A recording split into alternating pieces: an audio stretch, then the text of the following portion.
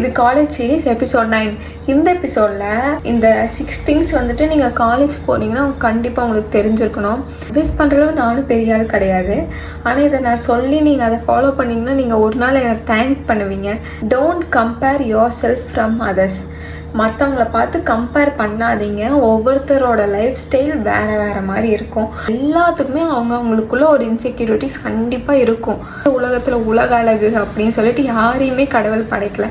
எல்லாருமே மனுஷங்க தான்.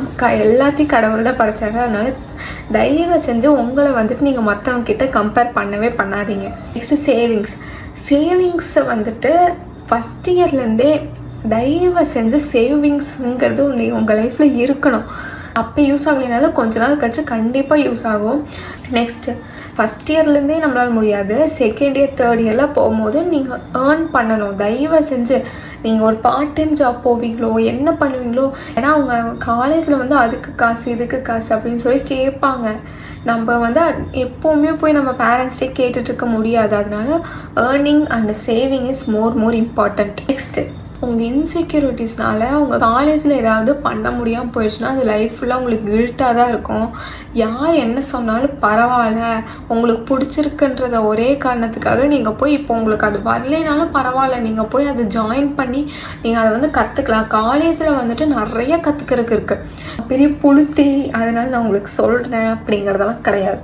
உங்களுக்கு எதாவது தோணுது ஆனால் உங்கள் இன்செக்யூரிட்டிஸ்னால நீங்கள் வந்து ஜாயின் பண்ணாமல் இருக்கீங்கன்னா அப்படி இருக்காதீங்க. Make memories but your studies R more important then that. நான் வந்து costume design and fashion student. எனக்கு வந்துட்டு ரேங்க்குன்றதை விட காலேஜுக்கு போய் என்ன கற்றுக்கிறேன் அப்படிங்கிறது தான் இம்பார்ட்டன்ட். ஆனால் இப்போ பிகாம் ஐடி இந்த மாதிரி கோர்ஸ்லாம் வந்துட்டு படித்தா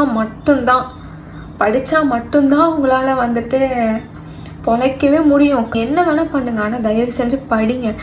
நிறைய டூர் போகலாம், காலேஜில் எல்லாம் பண்ணுறாங்க, ஆனால் படிக்கிற நேரத்தில் படிச்சிருங்க. பிளேஸ்மெண்ட்லாம் இருந்தால் தயவு செஞ்சு செலக்ட் ஆகிருங்க.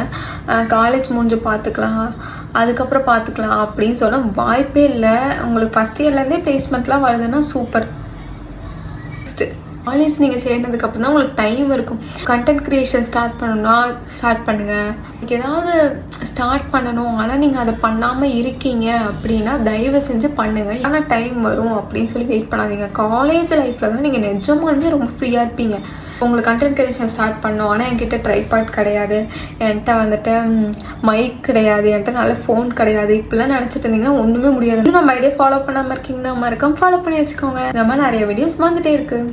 ஓகே, பாய்.